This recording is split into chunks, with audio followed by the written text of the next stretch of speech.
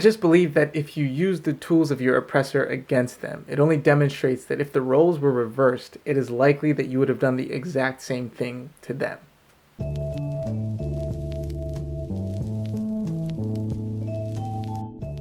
Alright, so I wanted to talk about the N-word because as a black person who chooses not to use the word, I feel like I have a pretty weird relationship with it. And so I just wanted to share my thoughts on the matter and see if they resonate with anybody else. Now, before I get into this, I just want to say from the jump that this video is not prescriptive. It is not my intention to condemn anybody for their choices regarding whether or not they use the N-word. My only goal here is to draw attention to what I believe is an undeniable reality of the word. And whether or not people choose to continue using it after addressing that reality is 100% up to them, and you'll find no judgment from me regarding their decision. I think the goal should always be to move consciously. And what I mean by this is that I think we should always try to be aware of the morality and the implications of our decisions, even if we decide to go through with an action that we deem as immoral or impractical. The goal shouldn't be to justify that behavior to ourselves, but instead to acknowledge it as such and continue moving forward. When we justify these things to ourselves, we essentially delude ourselves into thinking that we are righteous for taking actions that are objectively harmful. And I find that truly disconcerting. Whereas I personally find it a lot less concerning when we openly acknowledge our shortcomings even as we give in to them. Essentially, it's the difference between someone who's trying to lose weight going to a notoriously unhealthy fast food restaurant and saying, well, I deserve a cheat day, versus saying something like, well, I know that this is bad and that this isn't going to help me in the long run, but I honestly just can't fight off these urges right now and I just need a little bit of comfort. The first is an example of somebody justifying a decision that is objectively counterproductive to their goals while intentionally avoiding the reality of what drove them to their decision in the first place. Whereas the second example is of a person who is honestly acknowledging a personal shortcoming even as they engage in something that is objectively counterproductive. And so that second example is what I mean by moving consciously. There is no attempt at self-delusion. You simply acknowledge the reality of your decisions as you make them, for better or worse. And so if you apply this personal conviction that I hold to the conversation surrounding the N-word, you can probably guess where I stand regarding its usage. Yeah, I'm not a huge fan. And the reason I don't support it is because I believe its continued usage perpetuates a particularly harmful ideology that has only proven to be a detriment to interracial societies. That is the undeniable reality that I believe needs to be acknowledged and addressed. But in order to highlight specifically what that ideology is, I think we first need to discuss the philosophy of the N-word. And I think the first thing we need to do is take a closer look at the civil rights movement of the 1950s and 60s. If we look at certain quotes from Dr. Martin Luther King Jr., like the one outlining his hope for a future where we assess a person's integrity by the content of their character and not the color of their skin, as well as the actionable steps that were taken during the movement to dismantle the segregation of various societal institutions like the restaurants, parks, bus systems, public schools, etc. I think it's fair to conclude that the central idea being fought here was the notion that your skin color entitles you to certain aspects of society over people from a different racial or ethnic background. Or more simply put, I think what the civil rights movement of the 50s and 60s was declaring was that your race doesn't entitle you to anything over another race. Now, let me know if you disagree with me here, because this is the crux of my argument. Because based on my research of the civil rights movement, my middle school through college education on the topic, and my own personal experiencing, I do believe that this is an adequate summation of what black people were fighting against in the 50s and 60s. And perhaps you already see where I'm going with this, but still, I need to finish this point. Because the idea that a white person should have access to adequate public facilities, public schooling, public transportation, etc., while that same access is denied to a black person, is wrong. And it's not wrong because the white majority is perpetuating this against the black minority. It's wrong because no matter the group perpetuating this, it is morally unjustified to deny people access to certain aspects of society because of their race. This is an important distinction to make, because if we allow the belief that this denial of access is wrong simply because it is being perpetuated by the oppressive majority, then this will breed the sentiment that when the same practice is perpetuated by the minority,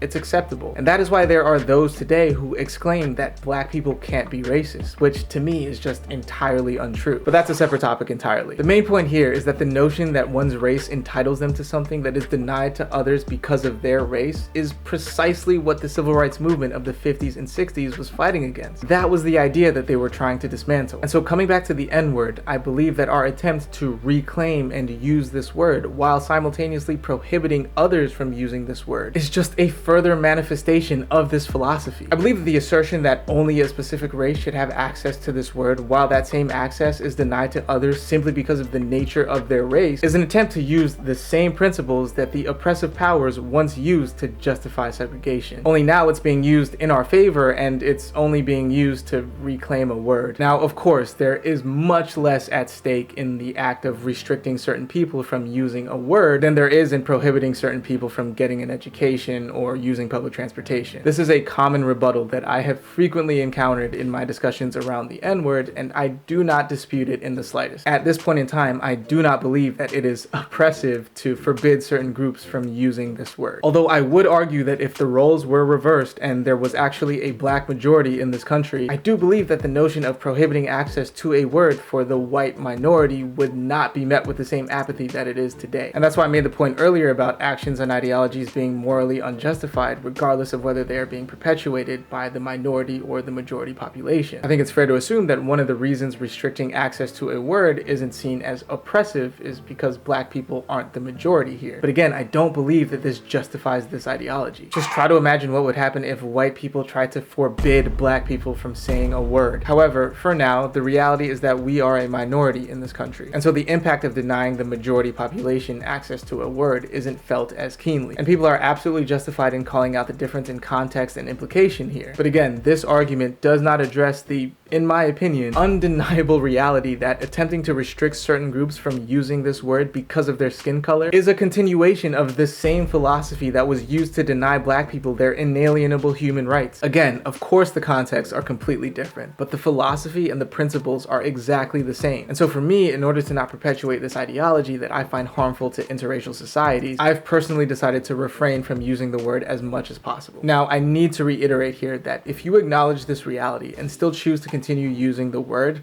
cool.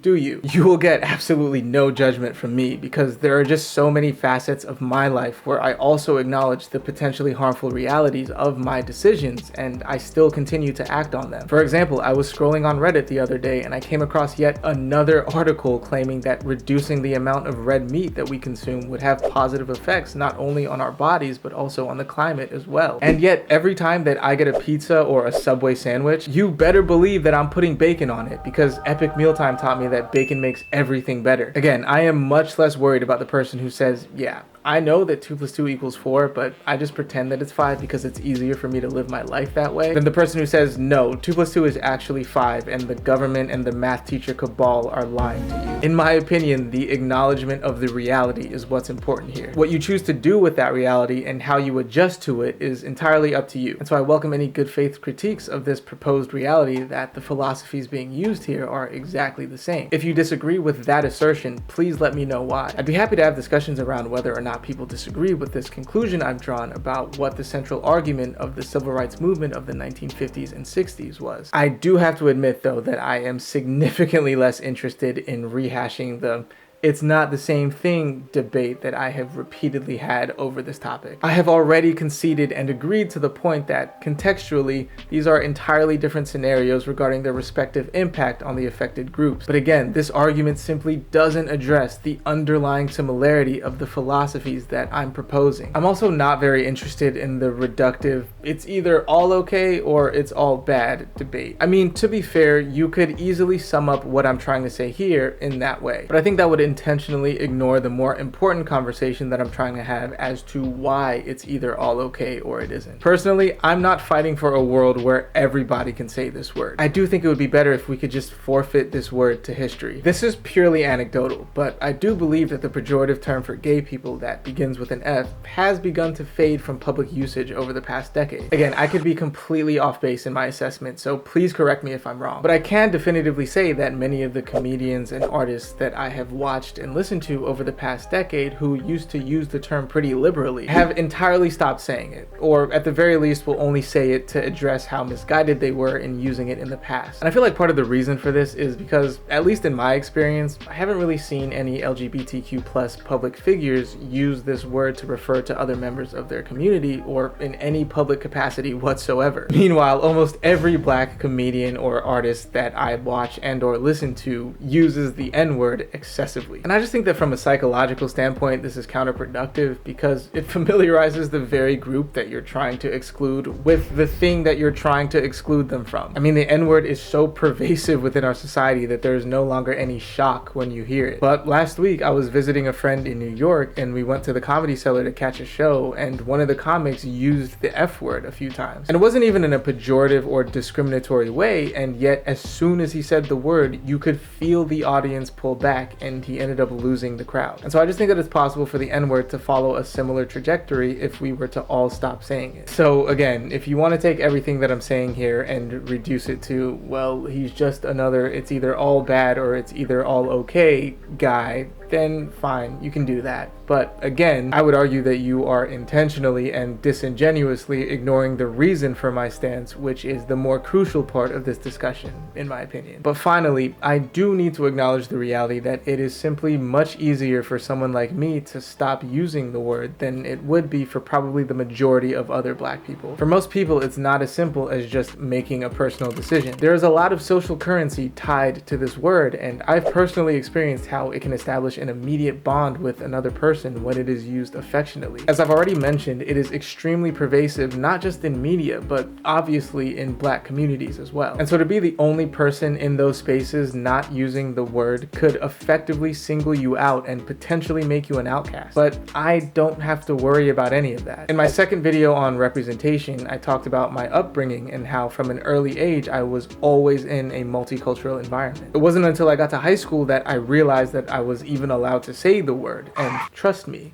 when I got that pass, I absolutely abused it. I don't have Facebook anymore, but if you could bring up my comments and status updates from those years, they would probably be littered with N-bombs. And I continued using the word all the way into college and even for a few years after I dropped out. But a few years ago, when I decided to stop using the word, there were no social repercussions for my decision. I wasn't singled out in my community or seen as an outcast. I just stopped using it and that was that. But again, I do feel that there would be many social repercussions for Black people if they decided to stop using the word, and that has to be acknowledged in this discussion, as well as the fact that if I were in their positions, I might not actually be able to refrain from using the word even if I still believed everything that I've said here, simply out of fear of those social repercussions. I also have to acknowledge the fact that I didn't grow up in a community that used that word. I mean, if you grow up in a community where your parents, your friends, and everybody that you interact with on the daily use that word, you're probably not going to see it as a problem or find any reason to stop saying it. And even if you do decide to stop saying it, it's going to be extremely hard. I mean, if somebody told me to stop using the word bro, there's no way that I'd be able to just stop saying it tomorrow. It would probably take me several years to unlearn that word. In any case, I just felt it important to acknowledge that even in my decision to do something that I feel will ultimately be helpful, I am still in a uniquely privileged position to do so. But anyway, as it pertains to the philosophy of the N-word and the, again, in my opinion, undeniable reality of its similarity to the philosophy used to justify segregation, I just believe that if you use the tools of your oppressor against them, it only demonstrates that if the roles were reversed, it is likely that you would have done the exact same thing to them. But in any case, I think that's going to be it for this one. If you made it this far, thank you so much for hearing me out. As I always say, I'm really just some dude with a severely outdated camera and way too much time on his hands to think about these things. And so my words literally hold no weight. So I really can't thank you enough for just taking the time to hear me out. I hope that you gained something from your time spent here, even if what you gained is a definitive disagreement with everything that I've said. I used to say this a lot, but I haven't said it in a while, so I'll bring it back. But I just think that identifying what you believe to be false is an essential step in the process of eventually finding what you believe to be true. And so if I am what is false for you, then of course I'm sad that we disagree, but I do hope that this eventually leads you to what you believe to be true. But I'm gonna stop talking now. Thanks again for watching. As always, please let me know if there was anything that didn't make sense so that I can try to clear up any misconceptions in the comments. But with that said, I wish you all the very best going forward.